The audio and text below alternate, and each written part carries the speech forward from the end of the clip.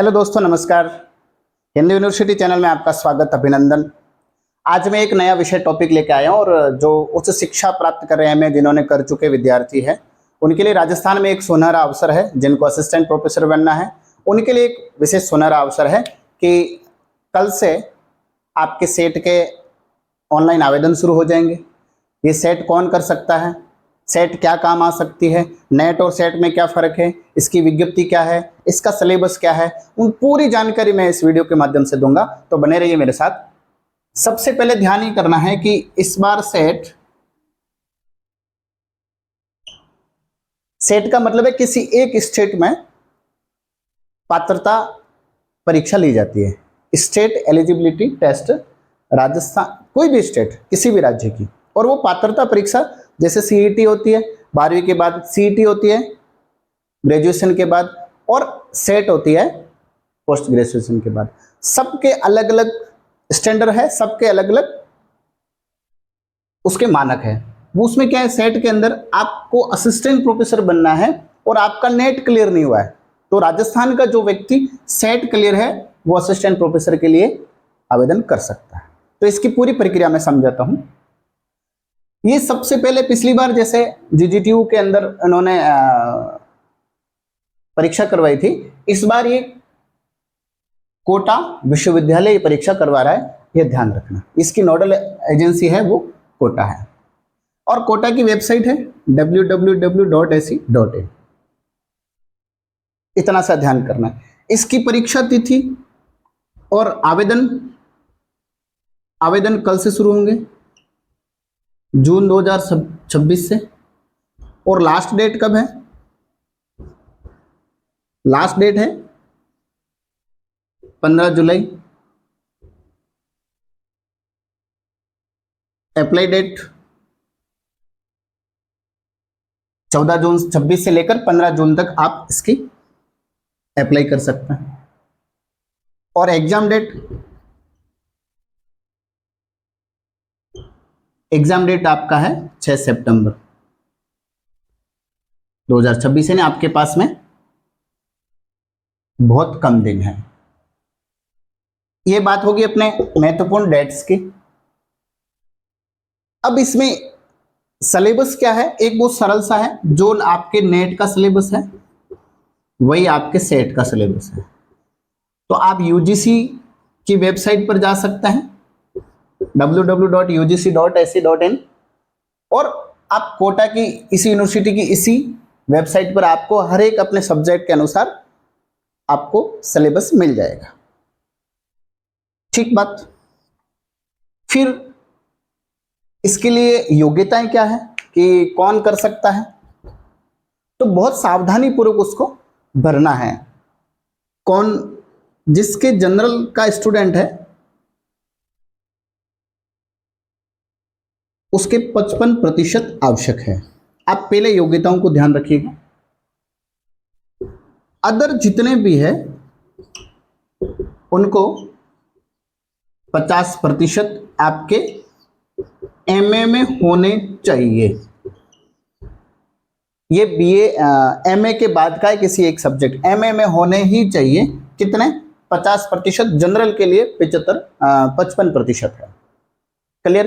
कोई भी category, SC, ST, OBC, third gender, pH category, कोई भी कैटेगरी, उन सब के लिए 55% है। इसमें और कोई करेक्शन नहीं है, इसका ध्यान रखना है। फिर आपकी एज,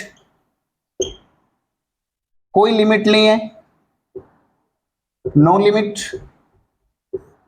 कोई भी कर सकता है आवेदन। अगर 60 साल का रिटायरमेंट के आसपास से भी सेट कर सकता है। और ये आवश्यक इसलिए कि कई सालों बाद, पिछली बार आई थी, उसके बाद ये कई सालों बाद आई है, तो आपको उसमें अप्लाई करना ही चाहिए। फिर एक समस्या आती है कि सर मैं तो एमए कर रहा हूं और मेरे कैसे, मैं अप्लाई कर सकता हूं? जो एमए एफियर है,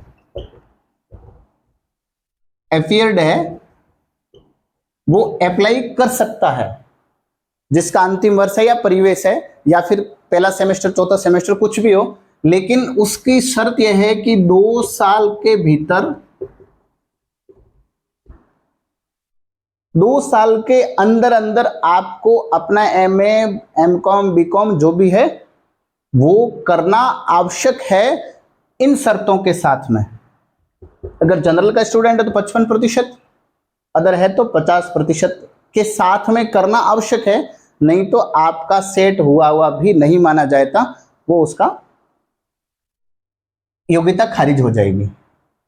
फिर ये सेट है, ये कितने साल तक वैलिड है? ये आजीवन वैलिड है। जब तक आप जिएंगे आपको योग्यताएं लगानी है तब तक ये वैलिड है, इसलिए इसको कर लेना चाहिए। अब बहुत सारे सब्जेक्ट है, उसके सब्जेक्ट कोड पे ध्यान रखिए। जैसे हिंदी का है 10 10 10, तो हर एक के सब्जेक्ट कोड है। एक ज्योग्राफी के अंदर जिसने पॉपुलेशन ऐसा करके कोई सब्जेक्ट है, वो अगर पॉपुलेशन स्टडी उसने अगर उसमें कर रखा है तो वो भी इस बार ऐड किया आईपैड आप वो कर सकते हैं। अब रही बात आपके कि सर पेपर कैसा आएगा, किस प्रकार के आएंगे, क्या होंगे, इस पर भी अपन बात करेंगे। ध्यान ही रखना है कि पेपर जो है वो 3 घंटे का होगा।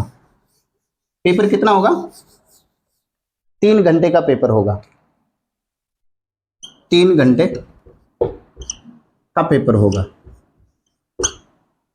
2 पेपर होंगे। कितने होंगे? 2 पेपर होंगे। पहला पेपर 50 क्वेश्चन, 100 मार्क, 1 घंटा। इस पहले पेपर के अंदर आपको general awareness, research methodology, education aptitude, शिक्षण अभिक्षमता और उसके साथ साथ में थोड़ी बहुत करंट जानकारी भी चाहिए। और आपको 1 घंटा इसमें दिया जाएगा। माइनस मार्किंग, नेगेटिव मार्किंग नहीं है। नेगेटिव मार्किंग नहीं है। दूसरा आपका 100 नंबर का पेपर होगा और 200 अंक उसके होंगे। इसके 2 घंटे मिलेंगे। ये दोनों पेपर लगातार होंगे, उसी दिन होंगे, लगातार होंगे। ये ध्यान रखना, दोनों पेपर 6 सितंबर को रखा है उसी दिन होंगे और लगातार होंगे, एक ही दिन होंगे। इस बात का आपको विशेष ध्यान रखना है।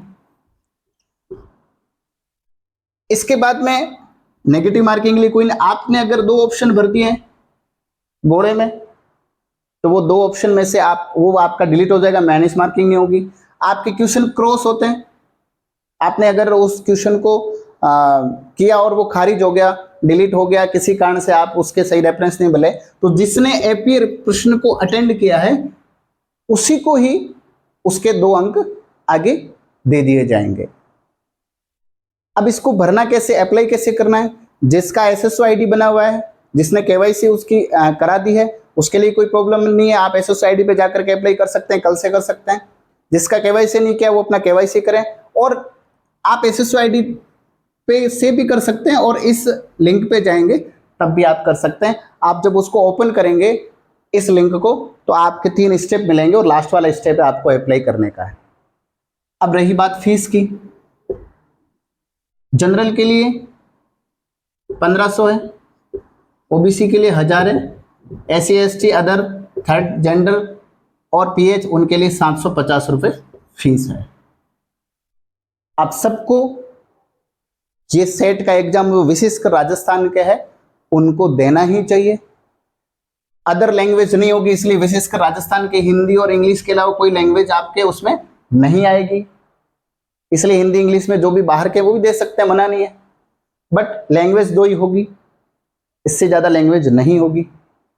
आपको ये वीडियो बहुत अच्छा लगा होगा। ये जानकारी आप सब तक पहुंचाई आपकी जिम्मेदारी है।